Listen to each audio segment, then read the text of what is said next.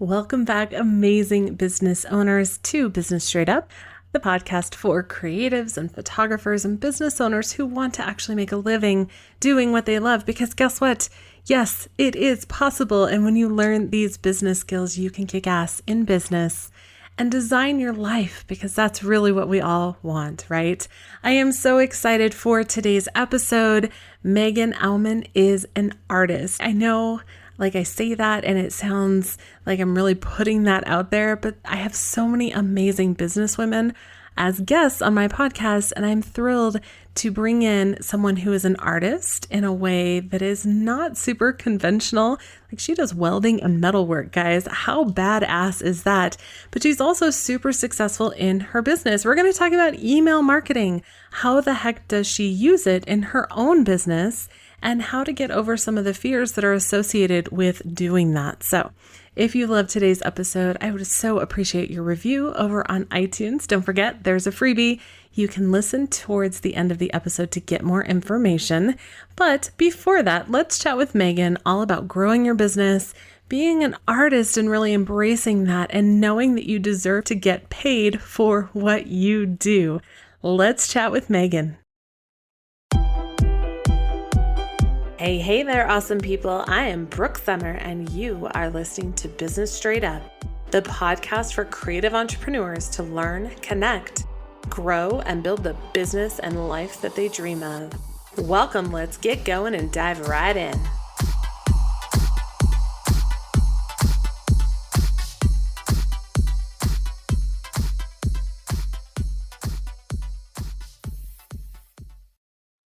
Welcome back, gorgeous business owners. I am so happy to have you here with me today. Thank you so much for pressing play. I'm super excited to have today's guest because, like so many of us, she's an artist first and a business badass who has some killer strategies when it comes to growing an artistic business. Megan is the designer and metalsmith behind her six-figure jewelry business and the founder of Artists and Profit Makers, an online membership community just for artists. Thank you so much for being here today, Megan. Thank you so much for having me. Now, first, I feel like so many people in the world tend to see certain artists as kind of like forever hobbyists. And like, it's just some weird side hustle. You don't actually make a living doing it. And as a photographer, I get that response from people a lot. If I tell someone I'm a photographer when I'm out and about, I get the kind of polite, like, oh, that's great. Have you had that response as a jewelry artist as well? Oh, for sure. Yeah. My favorite story is a number of years ago now, I was speaking at a conference. I was actually speaking at the metalsmithing conference, and I was there to speak about profit and the importance of profit. But it was over Memorial Day weekend. So I missed a gathering with my husband's family, and my husband's aunt goes to him. She was like, so does Megan actually like make any money? Because all you hear is the starving artist myth. And my husband just completely straight face goes, she makes more money than I do. Oh, yeah. True. Yes. So that was like everyone was like, what? And so, yeah, that was kind of more one of the most extreme ones, but all the time there's this assumption that it is not, just something for fun and not something, really that could support you, which is absolutely what it does for me. Yes. And so many, I know, like when I first started in my business, it took me a while to identify as an artist, which I know sounds weird, but I didn't think of myself. I was like, I'm just a photographer. Why do women do that? I'm just blank. It's bullshit. It's total bullshit. And you know what's so funny is I've gone through like all of those dips. So the real ironic one for me, and I've been through the like, am I an artist? Am I not an artist? I have 2 degrees in art, right? But more than that, there were years where I didn't feel comfortable calling myself a metalsmith. My degree is literally in metalsmithing. What? And I didn't feel comfortable calling myself that because I was like the alternative material, hanging out in the fiber studio. Like in undergrad, the joke was I was the metalsmithing major who never worked in metal. And in grad school, I went to grad school with all these like really amazing technical metalsmiths. Like, one of my friends, he could like fabricate anything. And then one of the other women, she could disappear into the raising room and make like a bowl or a spoon in a couple hours. And I was like, here's me like sewing together balloons over here. Even though my degree was literally in metalsmithing, it took me a long time to be like, no, damn it. Like I am a metalsmith. I'm going to own that. Yes. I do actually know my shit, even when I'm not working in metal. Absolutely. Not only do we like know what we're talking about, we're experts in what we do, and we need to really own that, especially if you want to grow your business, right? Because no one's going to hire someone that's like, maybe, kind of, I don't know. Right. Like I sort of do this. Right. Like own it. Absolutely. I know that you and I are very much on the same boat when it comes to knowing how powerful email marketing can be. And we're going to go into that big time. But first, I would love to know a little bit more about you. What has your journey looked like? How has your business grown into what it is today? And what have you learned along the way? Yeah, like I said, I actually went to school for metalsmithing. I thought in high school, I always did art. I always did a lot of things. I thought I was going to be a painter.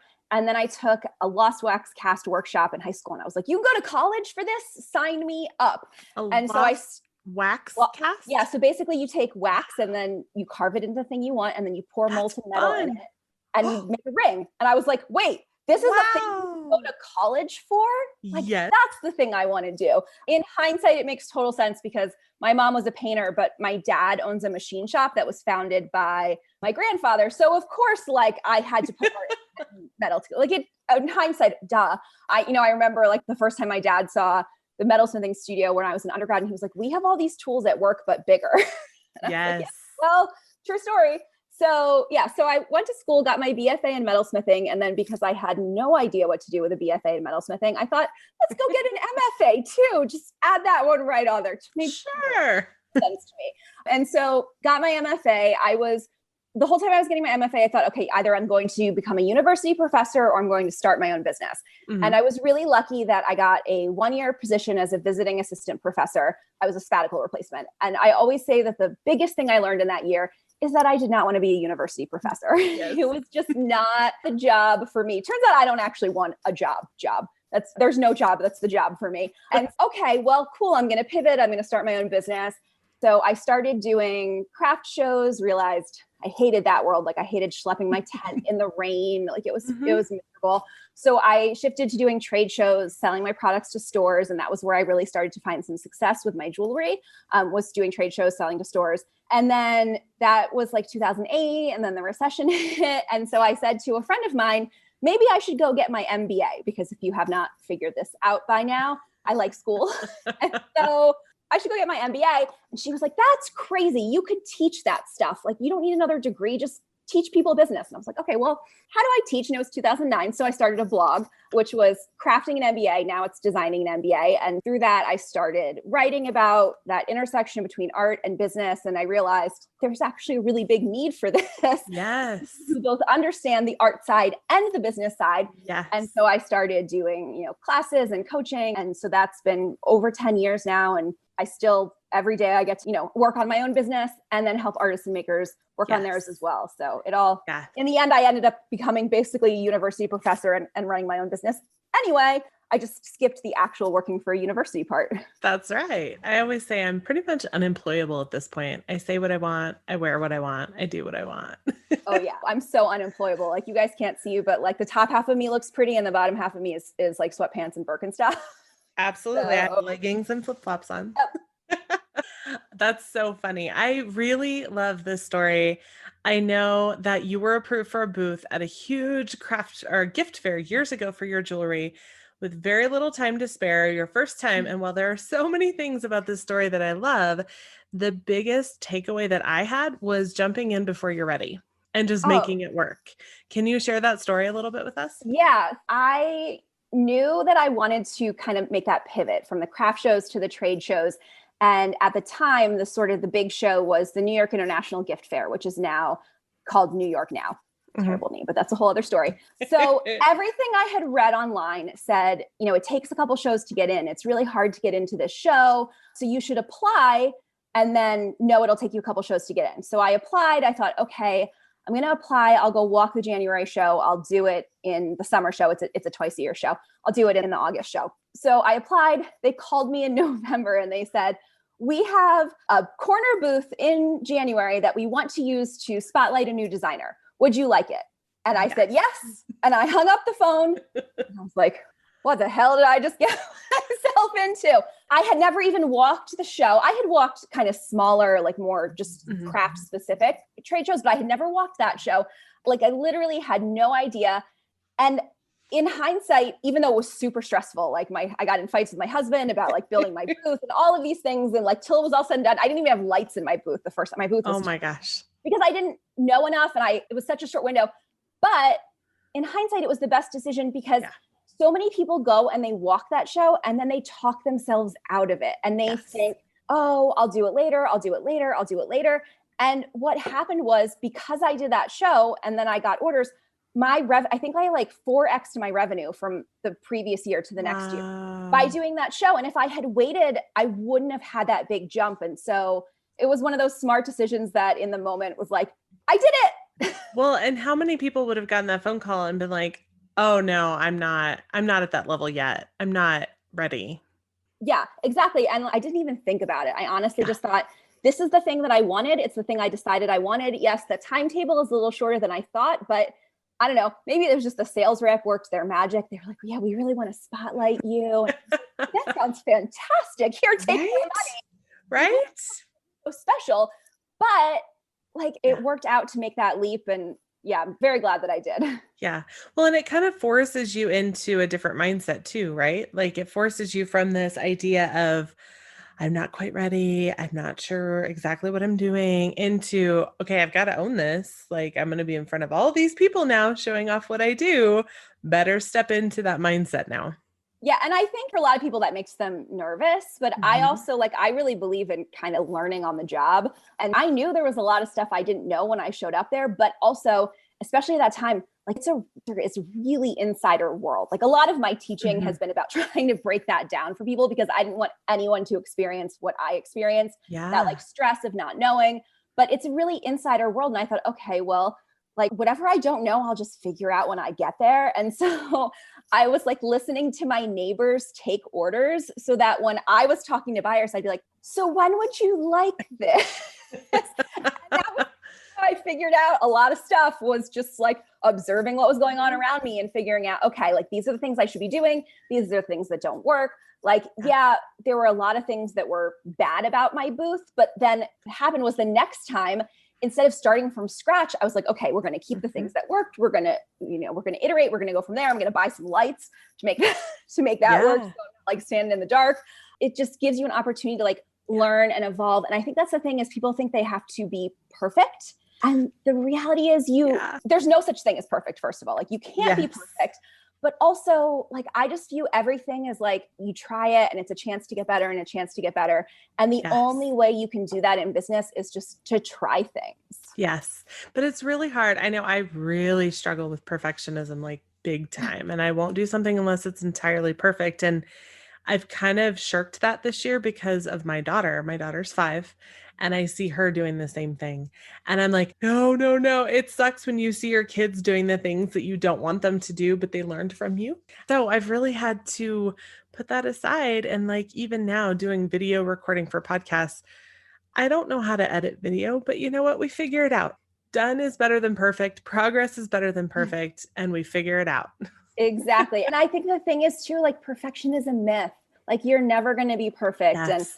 And when I was in elementary school, I read this kid's book, I think I was maybe in like 5th or 6th grade, and it was called How to Be a Perfect Person in 3 Easy Steps or something like that. No. And basically the idea was like, you sit in a room and you sip iced tea and you hope that you don't spill the iced tea. And that's the only way to be perfect. Because if you do anything, you can't be perfect. And something about reading that as a kid, I was like, whoa, because I don't have a lot of those perfectionist tendencies that I see in so many of the women that I work with. And I think it's because I really internalized that book where I was like, wow, being perfect sounds super boring. And I want to have a life. And so I'm just going to like go out there and do things and mess up and try. And because that's way more interesting than like sitting in a room being too scared to do anything. Right. I'm totally writing that down for myself and my daughter. Yeah. I have no idea if it's still in print and I don't quite know if that's the name, but something along like those lines. And that it's stuck with me for decades now.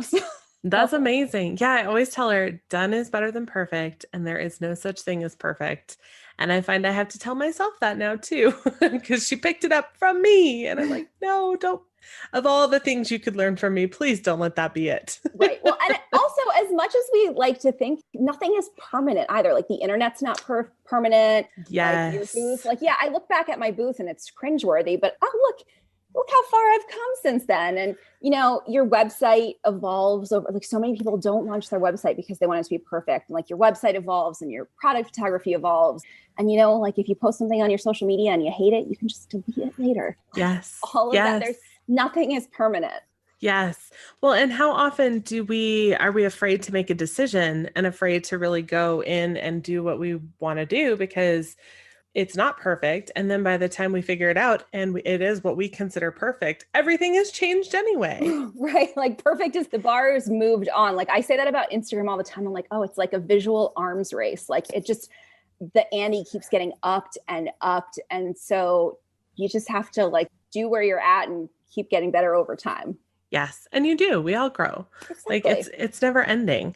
So let's talk about email marketing for creatives and photographers and really some of the most common fears behind implementing this in business. I feel like so many creative business owners hold on to social media with like this death grip. And while I'm not suggesting to completely let it go and lose social, I believe strongly in adding other sources for marketing and other strategies.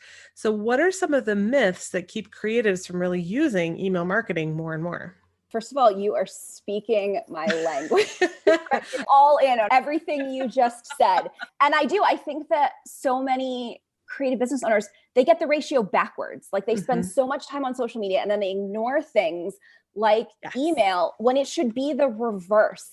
And I actually said, I go through like Instagram waves, or sometimes I'm all in and then I usually read something, or like I just watched The Social Dilemma on Netflix and I was like, oh, gotta back up the Instagram again. And I made a comment in Artists and Profit Makers online mentorship group about how I was backing off of Instagram. And one of the women was like, she's like, well, you can do that because your email list works so well. And I was like, yes, that is exactly the point of my email list, is that I don't have to be super active on social media. So because you set it up that way though, right. Like that was intentional. It was intentional. That's where I do that. So I think, the biggest myth is like, or the biggest setback is that, people don't send emails to their list because they don't want to bother people. And this one makes me crazy because honestly, it's like the reverse. Yes. Everything that like studies show that people don't want to see a lot of brand content on their social media. Like that is what they think of as intrusive. And in your inbox, you're choosing to get that. You've opted in. And so the people who sign up for your email list are the people who love you the most. They want to hear from you. Exactly. They want to hear from you. It is not bothering them at all. But I think the problem is we're so used to like by big businesses like tricking us into joining their email lists that we think, oh, well, like email is yucky and spammy. But when you're a small business, people are giving you their email address because they love you and they want to hear from you and they want to stay in touch. And honestly, they don't want to be at the whims of the Instagram algorithm to find out if you've got something new or are running a sale, because it's too easy to miss that. Yes. And so they absolutely, like, those are the people that love you. Those are the people that want to hear from you. And so those are the people you should be communicating with the most consistently. But of course, then we get to the second problem is then people are like, okay, but so then I email my list and people unsubscribe. Yeah. So exactly. So the first thing I always say is like, if you're getting unsubscribe notifications in your inbox, turn that shit off. Like you do not need to hear that. You do not need to know. It does not matter that much. And ultimately, at the end of the day, no one is going to be your customer forever. And you want the people on your list who are the most engaged, the most involved, and that's who you want. And if people leave, that's fine. Because I have different email strategies that I use for like the jewelry side of my business versus the classes and coaching side. They're two different types of businesses. Yes. And so when I teach artists and makers how to use email, we use very sales-focused emails. It's not like, here's 20,000 things about me and like, oh, PS me at the bottom, like go to my website. It's like, no, here's a cool thing. This is where you should go buy it. Yes. And guess what? When you start using that strategy, some people are going to unsubscribe. But those are the people who are never going to buy your art anyway. So why do you want them hanging around? It's dead weight. It's dead weight and it's nothing personal. And honestly, sometimes, like, especially on designing an MBA, I will intentionally write some contentious emails just to like slough the dead weight off. I'm like, okay, you don't like it, there's the door. My mom always used to say that all the time. We complain about something as kids. She's like, there's the door. And like that attitude is so freeing. I'm like, there's the door. Like, if you don't like it, that's fine. You don't have to stay on my list. Yes. Well, and as an artist and a business person, why would you want to have these people hanging around that aren't fully engaged anyway? Exactly. Like you want the people who love you. And it's fine if they leave. Worrying about a few unsubscribes is not the reason to not email your list, because again, you're doing the disservice to the people who really want to hear from you. Well, and realistically, I think I just saw a stat recently that the average social media post is seen by 4% now. 4% of followers. It was 6, and now I've seen 4%. Okay, so let's just do the math real quick. I have 10,000 followers, I think, times 4%. That means 400 people are seeing my social media post on Facebook. My email list is about 8,000 people, which is not huge, but it's decent. And I have a 20 to 30% open rate. So 8,000 times, let's do 20. That means 1,600 people are opening my emails. Which one would you rather have? Well, exactly. And then beyond that, you also have to think about how engaged those people are with that content. So the 400 people who see your post on Facebook or Instagram are scrolling right past, right? Like most of them, very few are stopping to engage. Fewer are stopping to like it. Even fewer are stopping to comment or click a link or think about taking action. Whereas the people who open your emails, I guarantee not everyone's going to read the whole thing. Not everyone's going to click, but still those percentages are going to be higher than the amount of time that they spend engaging there. Absolutely. Even like, let's say 8,000, if I have a click-through rate of like 4%, it's still 320. It's still almost the same as social media. And those are the people that actually took action to click through instead of just scrolling past. Right. To click through to your website, to do something, either make a purchase or engage more. Exactly. It's so much better. And the other thing that I think is so important to talk about when we talk about social media versus email is in email, you own your audience. You own it. You can control the whole look of everything. Right. You have total control. If you aren't happy with the platform, you can take your audience with you and go somewhere else, which gives email marketers or email marketing service providers an incentive to keep you happy because you can leave. And that's, to me, like the other scary thing is, okay, so you have those 10,000 followers on social media. Facebook could shut you down tomorrow and they're gone and you can't take them with you, or your account could get hacked. Like your email list is there. And if you want to move it, that is an audience that you own. And I hate, like, own is such a kind of dirty word, but at the end of the day, you have control over that audience. And how you communicate with them in a way that you just don't, and you never will on social media. In October of last year, kind of October, November-ish, I had 12 Facebook bans in 1 month. Because of an app that had messed up. And so Facebook saw it as a problem, and I had 12 in 1 month. Can you imagine losing everything? What if they shut me down completely? Right. I would have lost everything. So owning, like, I know you said own is kind of a dirty word, but to be able to control that and still reach out and connect with those people, especially doing what I do, because I'm a boudoir photographer. I specialize in women in lingerie, which does not bode well for social media, especially for anyone that could potentially be seen as a problem. Like if you make any type of, let's say you made jewelry that had weapons. What if you had like a ring with a gun on it and someone didn't like that and reported it and you were shut down? There are so many reasons to not necessarily get rid of social, but to have another option. Right. And like, I totally think that social media has a purpose, but for me, it's like the funnel that leads people into my email list. It's how people find you. It's how people like briefly connect with you, but ultimately you want them in your email list. And you know, the other thing is, this is like total unofficial data, but I did like a real informal calculation a couple of years ago where I figured out that like the value of a social media follower, I based this off of Freshly Picked, the baby moccasin company. Pearson had done an interview where she talked about like these, and they were very focused on social media with really like no email strategy. And they had a huge following. They were making a lot of money, but she was like, this is how many followers that we have, and this is how much revenue we made last year. And so I did a quick little math and figured out that basically her social media followers were worth $1 to $2 a follower, which that's is low. Right, is really low. Whereas, I've seen people in email marketing who are like $10 to $20 a subscriber, like kind of annual value. And some I've even seen like $30 or $40 a subscriber. So the reality is that like someone on your email list is just, if you want to be purely businessy about it, someone on your email list is just worth so much more than a social media follower. Yes, absolutely. I think I saw a figure that said every email subscriber is worth $1 of revenue per month. That makes sense, because the math that I tend to do is like 10 to 20. I tend to say like if you're in 10 to 20 like total per subscriber per year, you're doing pretty solid. So that hits right there in that. That's like $12 a year. So that's right in that sweet spot. And because that's the other thing too, is I think that math is important, because if your list is small, it's really easy to assume that your list is not working. And so I'll have people do this math because they'll be like, oh, well, I only made $1,000 in my online store last year, and I emailed my list like every week or every 2 weeks, like you said. And I was like, okay, well, how many people are on your list? And they're like, oh, like 200. And I was like, your list is converting great then. That's like, really good. Yeah. It's doing what it needs to do. It's just that you need more people on it, which is where social media, other online marketing comes into play. But knowing those numbers, you can say, okay, like actually my list is not underperforming. It's doing exactly what it's supposed to be doing. I just have to grow it. Yes. Well, and there has to be that intersection of the numbers too, right? Like you have to understand how things are working. Otherwise, you'll assume that it's not working and you'll just throw it away. When in reality, like you said, it is converting well. It is doing very well. And sometimes I think, especially for service-based business owners that have a higher investment level, like several $1,000s, you have to understand that people need to see you over and over again before they're willing to spend that kind of money.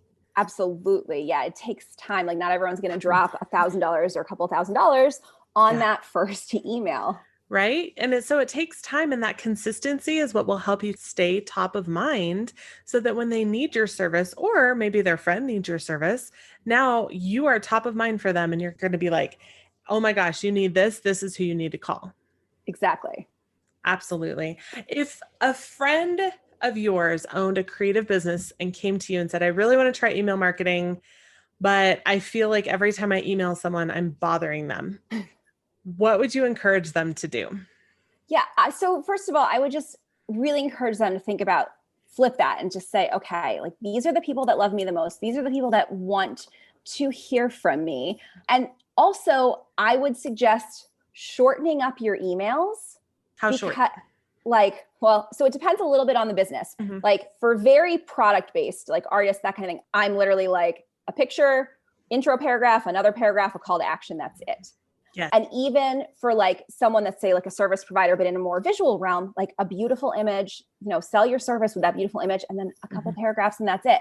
Because what happens is you spend all of this time putting together this email, and then you only do it like once a month or once every 4 months. And then you kind of are bothering people because they don't have time to read the damn long email. Like I have people who tell me that they love my emails because they're like, I know I'm going to see something pretty and it's going to be quick and I can move on with my day. And so if you're worried about bothering people, write shorter, because it's less of an imposition, right?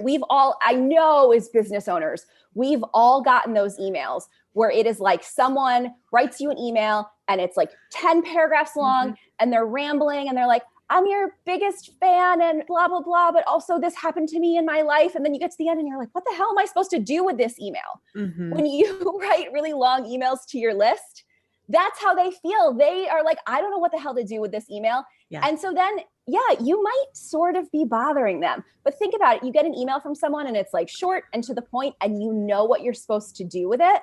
That doesn't bother people. It's like, okay, I can file this, I can respond to it, I can move on. That's how your emails should be. Yes. And I love that you said, I'm going to see something pretty, because I try to teach my students constantly to have value-packed emails.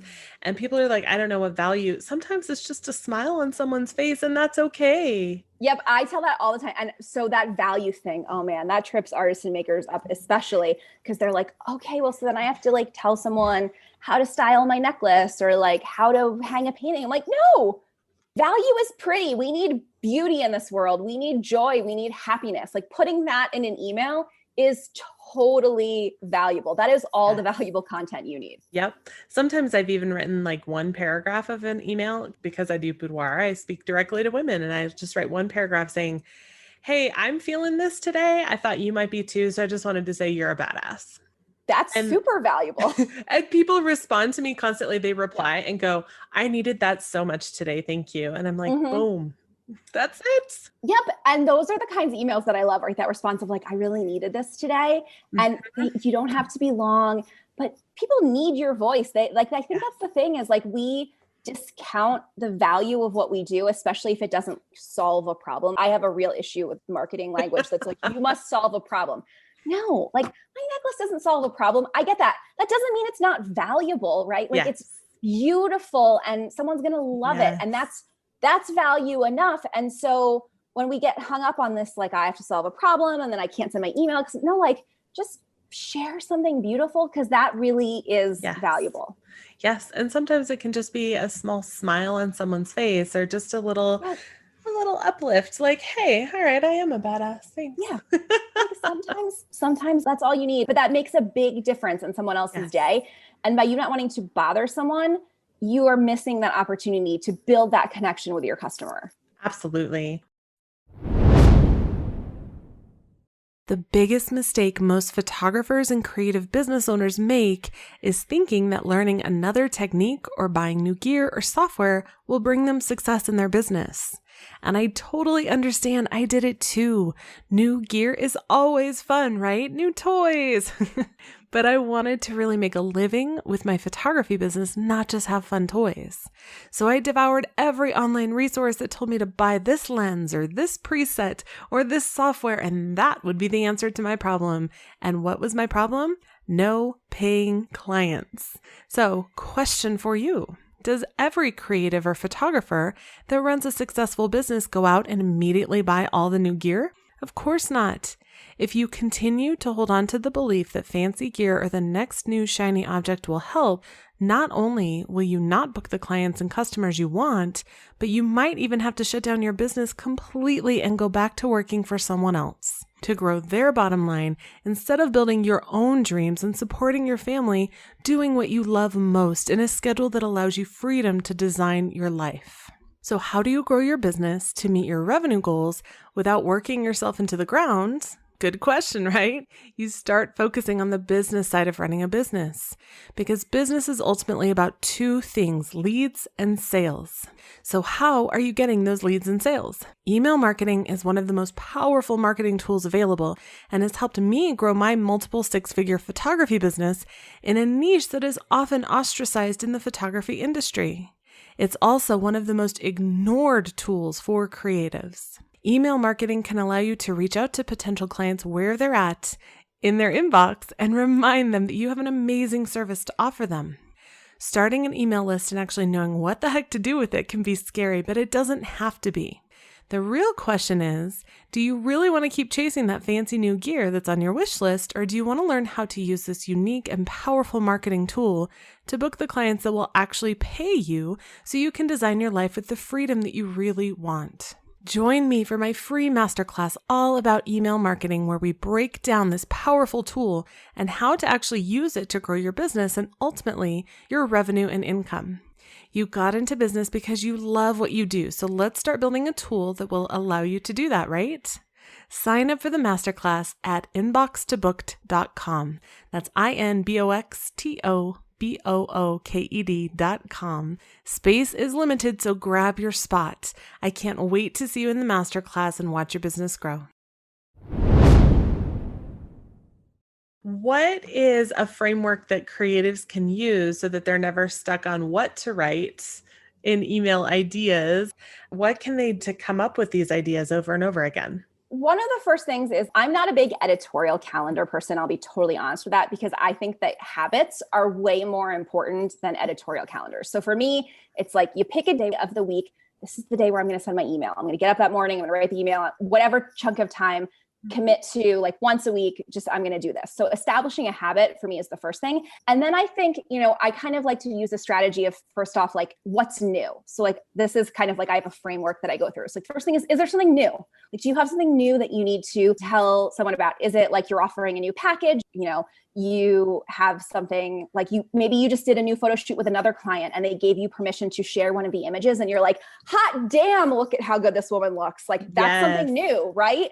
Like, what's the new thing that's happening that your customers want to know about? So that's the first thing. It's like, what's new? If you can't think of something new, then I usually try to think of something seasonal, like what's going on with the weather. Is there a holiday coming up? I'm not a person who's like, okay, I need to tie my email into National Hot Dog Day, but I tend to think about like bigger picture things. Like, for me, it's like, I just sent an email that was like, when the temperatures turn cooler, like I love this collection. And that was the whole email. That was the whole point. I usually think about seasonal content because it makes it relevant. Then if you're really stuck, I think about like what's popular. So like what's a bestseller? Maybe it's like your best-selling package. Maybe it's, like the size of a print that sells the best, maybe it's this particular image, whatever it is. What's your bestseller? So it's like new, seasonal, bestseller. Then I usually throw in like sale because I'm not a fan of running sales all the time, but sometimes you do. So like, that's why it kind of comes fourth on my list.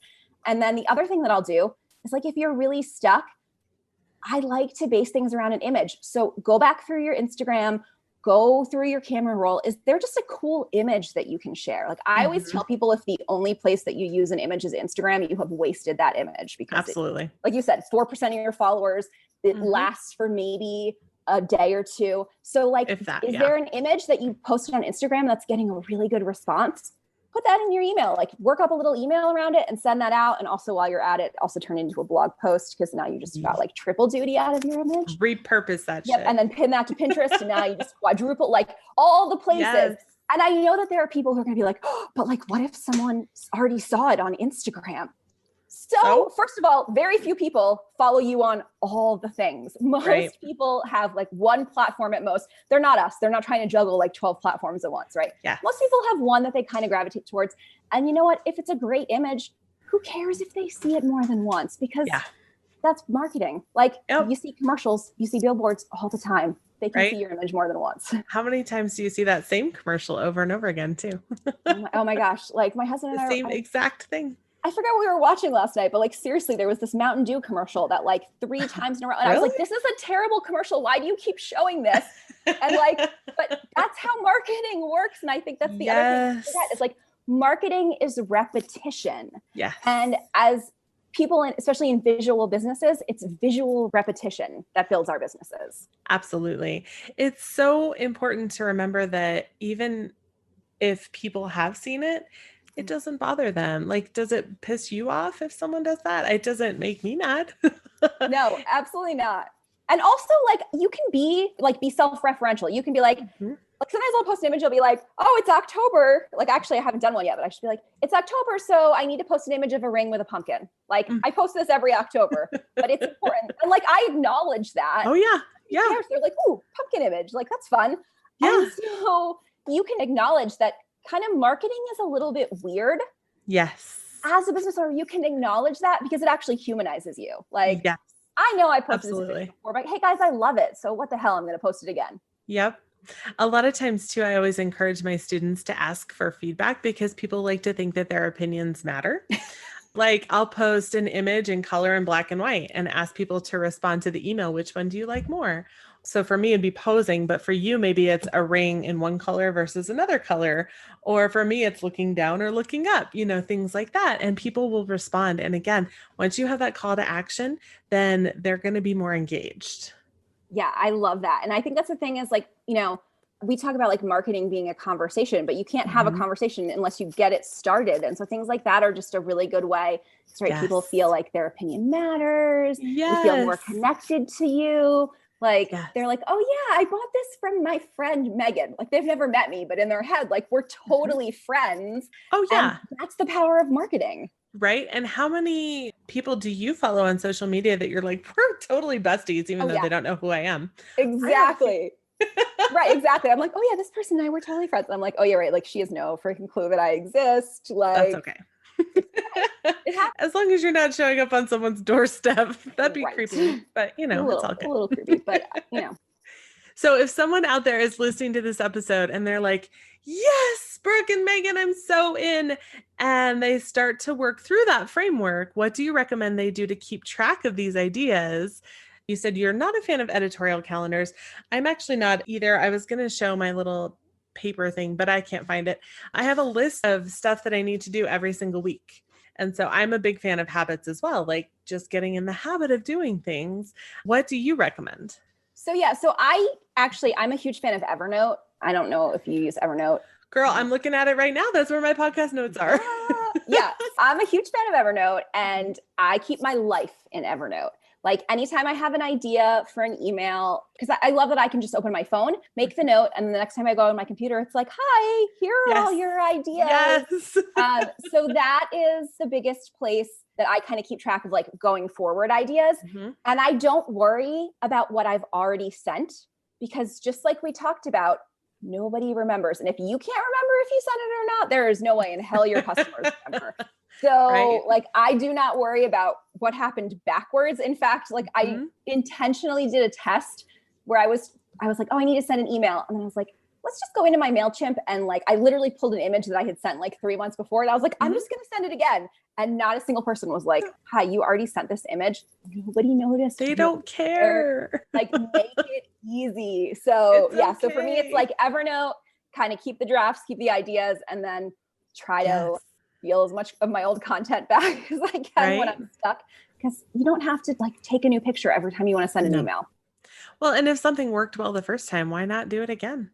Exactly. I don't tend to do this because I am really consistent about emailing my list, but I worked with a woman in my online coaching program who anytime she had an email that worked really well, and it was like a pretty evergreen email, she just dropped it into her autoresponder series. So like people signed up, and then every 2 weeks they got an email from her. And so she did 2 weeks so that on the off weeks she could send like a live email. Yeah. But basically if a live email performed well, she just copied it right into the autoresponder sequence. And people just that way, if like you get off a week or you're a little neglectful, really good content is still going out. Absolutely. It's so important to keep that going. I know, what is the rule? I think someone has to see your information 7 times before they buy. I would argue that online it's now become 10 because we're so inundated with ads and stuff. So a lot of people are like, well, I don't want to, attack someone with all these emails and marketing messages. I'm like, it's not an attack at all. They need to see that. Yep. And I've heard as much now as like 21 times. Oh my gosh. Right. Because of like the chaos that is the internet.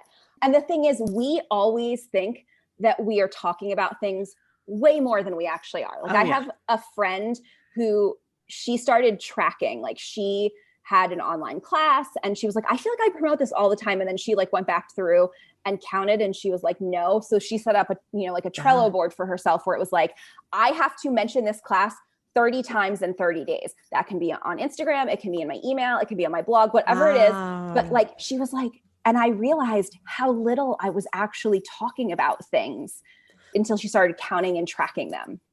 Right. Well, we're so immersed in our industry. Like we're so immersed in the information and we forget that not everyone else is too. Right. Like we see our business 24/7 and to us, it feels like overkill. Yes. But it does not feel that way to anyone on the outside. No, that's so true. Have you read The Middle Finger Project by Ash Amberjay? I have not read the book, but I've read like a lot of her blog. And I love like her intro email series is awesome because she's like, I'm just going to send you emails for like days and days and days. And it's awesome. Yeah. And you know what? People who sign up for that are like, yes, send them all to me. Exactly. No one's like, oh God, Ash again. Like what the heck? Like, give me. Yes. Well, in her book, she said it's basic math. I mean, the more times you make an offer, the more yeses you're going to get.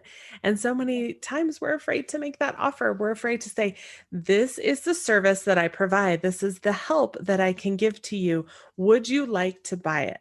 You're not twisting someone's arm to actually buy it. You're just asking them to make a decision, yes or no. Yep. And there's nothing wrong with that. Exactly. And I think like that's the thing is we get so afraid of the no's that we don't make the sale, we don't make the offer. And that's like the biggest thing is it's this fear of rejection, which first of all, rejection doesn't even look like rejection most of the time. It just looks like silence. Yeah. But like we get Ghosted. so afraid of that, right? Like, oh, yeah, we get so afraid of that that we don't make the offer at all. And then sometimes people have no idea that you have things for sale. Like you think, Yes. oh, it's perfectly obvious. It's like, no, it's actually not, because you never told anyone, and you certainly never told them repeatedly, which is what people actually need. They do need that. They need those reminders, because I know it's what kind of changed this like in my brain, and it's going to sound weird, is I got married 9 years ago, but we just waited to book a caterer. Like it was just one of those things. It wasn't super important to us. We just waited. She followed up with me every single week. And we booked this caterer, not because they were the most amazing, because quite frankly, they were all good, but because she followed up. So, how many times are we not following up with people? Are we not saying, hey, I just wanted to remind you that this is available right now and it won't be available forever. Would you like to buy it? Exactly. Well, and like that follow-up thing is so important. I work with Podcast Ally, who pitches me to podcasts. Mhm. And, they said they figured out something like 20% of people like don't even pay attention until the follow-up or something like that. And like, it's so easy. That's me. Well, that's funny because I think they had emailed you like forever ago. But that's I'm the same way. Like it happens, like stuff. Yes. And if you don't follow up, I am not an inbox zero girl. I'm like a hot mess of an inbox girl. So like, if you really need me, you're probably going to need to like nudge me a couple times. Yes. And that's how a lot of people are. Yes. And so it's fine. Like just remind people, because you're not bothering them, you're reminding them. Yes. Well, and if they don't want to hear from you, they'll either unsubscribe or they'll tell you. Right. And it's okay. Then you just say, I wish you an amazing day. I won't follow up again. Yeah. It's no big deal. It's really like, and that's the thing is, I think especially as artists, like so much of our self-worth is tied up in like our work and our businesses.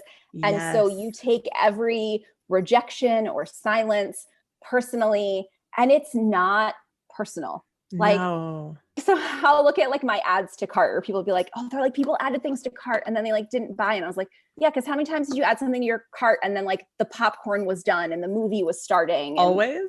Right. And then you like forgot. But if you have something like an add to cart auto responder set up, then you send that little nudge that's like, hi, do you remember you thought you wanted this? And like, yeah, not everyone's going to buy, but some of those people who forgot that they put it in their cart are going to buy because of an email that you didn't even have to do any work to send. So like that kind of stuff is so important because we're humans and we're really easily distracted. Especially if you work with moms or women who have any type of caretaking requirements, whether they're taking care of parents or grandparents or whatever. It's hard. There's so much going on, especially I always say this year requires even more reminders because everyone's all over the place, and rightfully so. Everything's chaotic this year, but people still want that joy in their lives. They still want the service or the product that you offer because it makes them happy. I know I buy some of the dumbest things ever. Here's my little turtle. I love it. From an artist, right?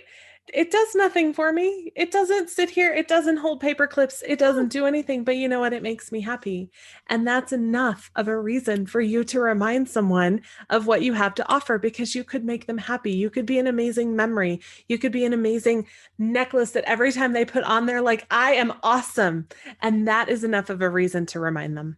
Absolutely. And like, what do we all need more than anything right now? Like happiness and joy and beauty. And like all of those things are so important right now. And it's okay. You need to remind people. And the other thing is, you don't know how long someone is thinking about buying your product or service. Like I've had someone, buy a necklace or buy a ring and say like, they're like, I've been waiting for like 2 years and I'm finally, for whatever reason, like I'm finally ready to treat myself, or like the moment felt right.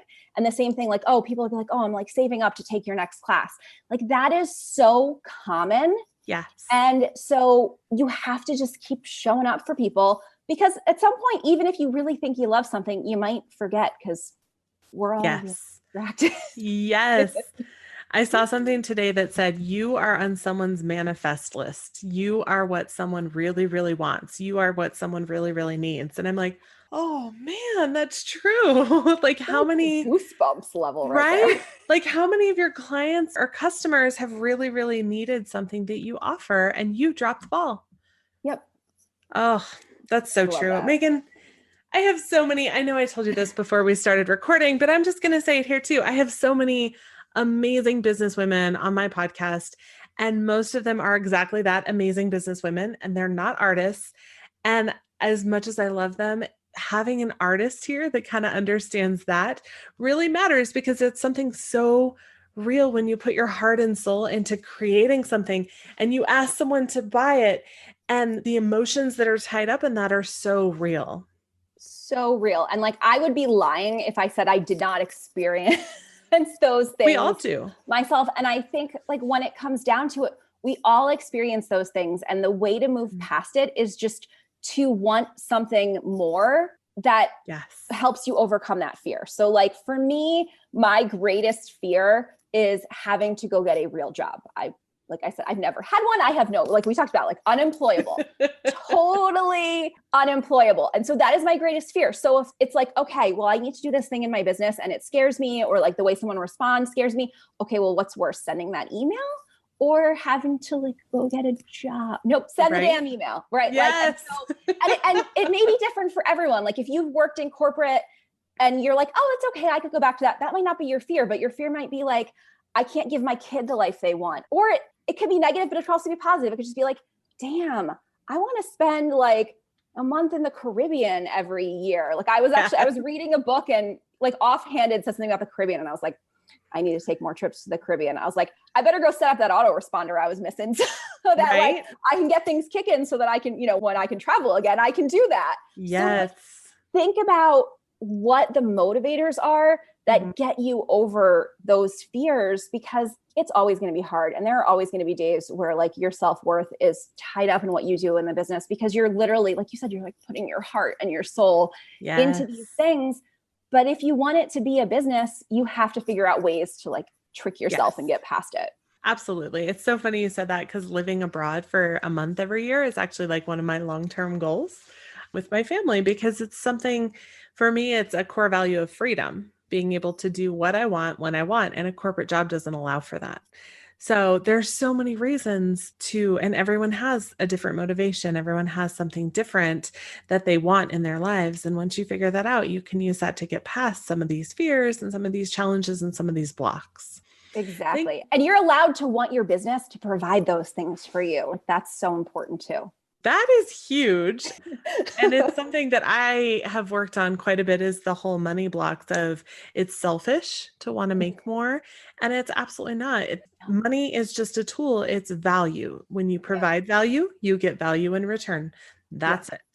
Well, and like I always say, I have artists who are like, well, like I want to be able to just make my art. And like, I don't care that much about money. And I'm like, no, the more money you make, the more art you get to make. The more time you have to make your art. Like if that's all you care about is just making more of your art, making more money from your art is what lets you make more art.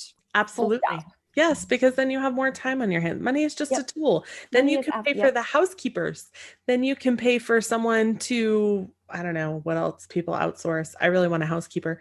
I want a personal librarian to organize my books. So that'd be amazing. My dream. That'd be amazing. I want a personal chef too, because a lot of times I just don't eat because I get busy and that's not good. So, but there's so many opportunities that you have when you are making money with your business so that you can go create more. More of anything that you want. Yes. Thank you so much for being here today. I so appreciate your insight. You are a rock star. Can you tell anyone listening about your book or your classes? Where can we find more information? Yeah, so you can find me in a couple of places. You can go to meganauman.com, which you can find my jewelry. You can find a list of my classes. If you are specifically looking for business advice, you can go to designinganmba.com. I've got classes there. We kind of mentioned this idea of like just trying things. I actually wrote an ebook last year called Try It and See. Its subtitle is How to Get Shit Done While Overanalyzing Everything.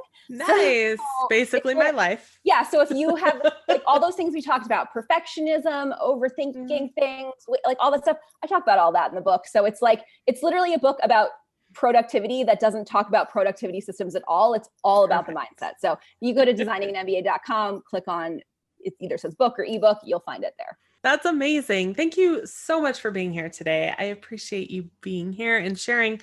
I feel like both of us are just on the same page of, yes, you need to do this. Yes, you need to do this. Yes. Anyone. Yeah. Thank you so much for having me. Anyone who's like email marketing, always my girl. Oh my gosh. Thank you so much for anyone listening today or watching on YouTube with the new video stuff. I am honored that you chose to spend this time with both Megan and I. If you are someone that loves to help other people, and if you know of someone who could use this episode, please feel free to forward it on to them via video, audio, whatever. This is completely free education showing up every week, and I am so happy to be in your earbuds. If you are like, Brooke, how can I thank you for this amazing content? Can you head on over to iTunes and leave a review? I know it seems small and it takes a few minutes, but those reviews help me to know exactly what you need help with, how I can better serve you, and it helps us to get amazing guests like Megan. So hit pause now. Leave a review, and if you screenshot your review before hitting submit and email it over to hello@businessstraightup.com, I will send you a free gift. Please, please, please leave those reviews so that we can continue kicking ass with every week's great content. Thank you again, Megan. Thank you so much for having me. This was a blast. And thank you to all of my listeners. Take what you've heard, run with it, implement it in your own business. Be sure to let me know if you have any questions. Check out Megan. We will put all of her information in the show notes, and keep growing your business and designing it to fit your life perfectly instead of the other way around, right? I can't wait to see how you impact the world with your gift. Have an amazing rest of your day.